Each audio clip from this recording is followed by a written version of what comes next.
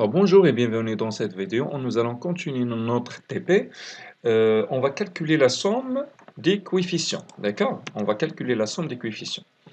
Alors pour cela, on doit saisir le signe égal et commencer à renseigner les adresses. Alors la première adresse plus la deuxième plus euh, la suivante jusqu'à ce qu'on arrive à la dernière cellule.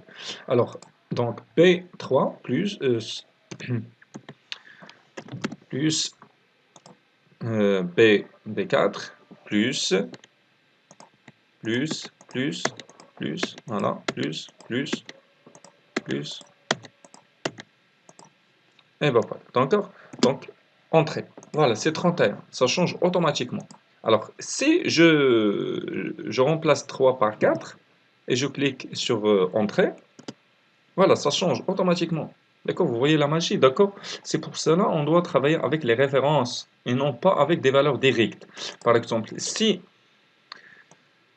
j'ai fait comme ça, 4 plus 4 plus 3, d'accord? Ça va fonctionner, oui, mais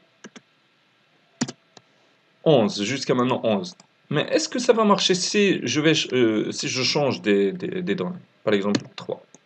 Ça change rien, rien ne change. D'accord? Même si on fait quoi que ce soit, ça change rien.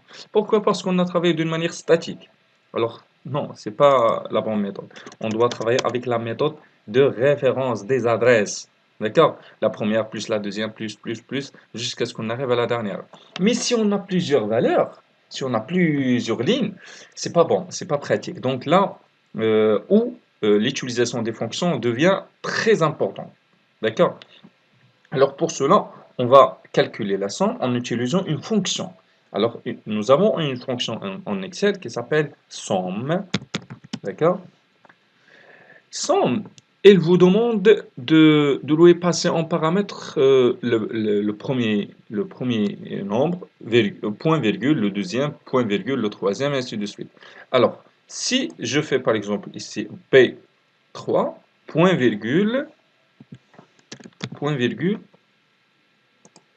B4. Qu'est-ce qu'il va faire maintenant? Il va calculer, il va calculer la somme des deux valeurs. La somme de ces deux valeurs. Si je fais point virgule B14, qu'est-ce qu'il va faire maintenant? Il va calculer la première plus la deuxième plus la dernière. Donc c'est ça, c'est ce qu'il fait. Alors voilà, donc 8, pourquoi 8? Parce que 3 plus 4 c'est 7, plus 1 c'est 8. Alors point virgule, si les valeurs elles sont éloignées, sont non adjacentes, alors pour cela on utilise point virgule. Mais si les valeurs elles sont adjacentes, c'est-à-dire l'une à côté de l'autre, sont dans la même colonne ou bien dans la même ligne, Excel il facilite la tâche. Il vous dit essayez de me donner juste la première valeur et la dernière valeur. Mais à ce moment-là, on ne doit pas utiliser point virgule, mais on doit utiliser deux points. Alors maintenant, ça s'appelle une plage d'adresse de B3 jusqu'à B14. Jusqu'à B14. Alors là, c'est une plage. Alors vous voyez automatiquement, il détecte toute la plage. Entrée, voilà, ça marche. Ou bien, vous pouvez juste écrire somme, d'accord? Et sélectionner sans écrire. Juste sélectionner comme ça. Et elle va écrire automatiquement la plage. Voilà, 31.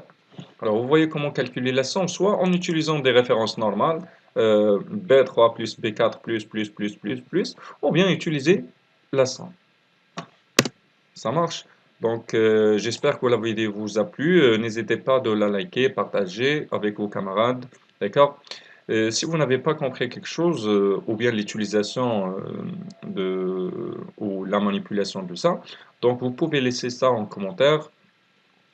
Alors voilà, donc c'était ça. Donc la vidéo prochaine, Inch'Allah, on va continuer à calculer les M fois C. Comment calculer le coefficient par la note. Ça marche?